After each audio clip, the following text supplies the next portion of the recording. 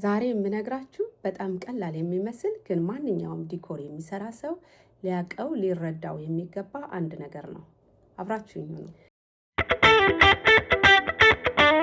ሰላም፣ እንዴት ናችሁ?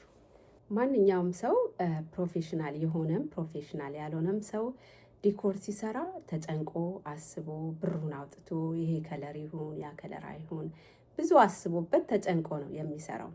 እና የሰራነው ዲኮር ደግሞ እንዲታይልን እንዲደነቅልን ለፎቶም ጥሩ እንዲሆንልን እንፈልጋለን። እና ያንን ለማድረግ በጣም ወሳኙ ነገር እኔ እንዳየሁት ቦታ መምረጥ ነው።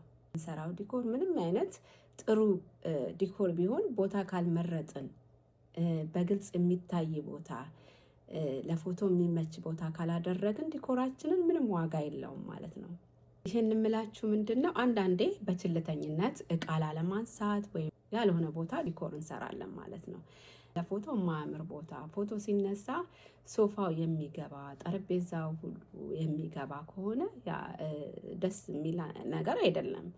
ስለዚህ ግልጥ ያለ ቦታ ታዳሚዎቻችን ሲገቡ በግልጽ የሚያዩት ቦታ ለፎቶ ምቹ የሆነ ቦታ ዲኮራችንን ደግሞ የሚያጎላ ቦታ መሆን አለበት ማለት ነው። ስለዚህ የመጀመሪያ ነገር ቦታ መምረጥ አለብን። ፕሮፌሽናል የሆነንም እንደዛው ማለት ነው።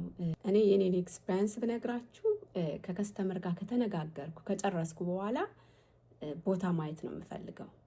አዳራሽ ከሆነ በተለይ ሄጄ ተገኝቼ ቦታው ማየት ነው የምፈልገው።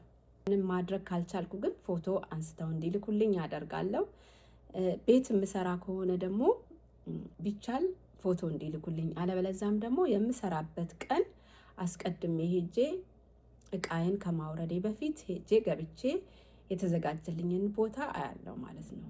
ያዘጋጁልኝ ቦታ ዲኮሩ ጥሩ ካልሆነ ጥሩ እይታ ማገኝ ካልመሰለኝ እዚህ ጋር ቢሆን ብዬ ሰጀስት አደርጋለሁ። ከተቀበሉት በጣም ደስ ይለኛል።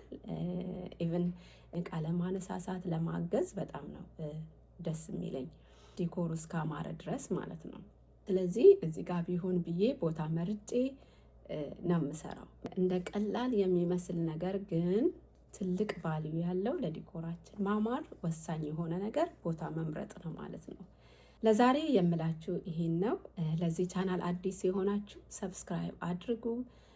በጣም ቀላል ዲኮሮችን ማንኛውም ሰው ሊሰራው የሚችለው ቀለል ያለ ዲኮር እየሰራው በየሳምንቱ ለቃለሁ።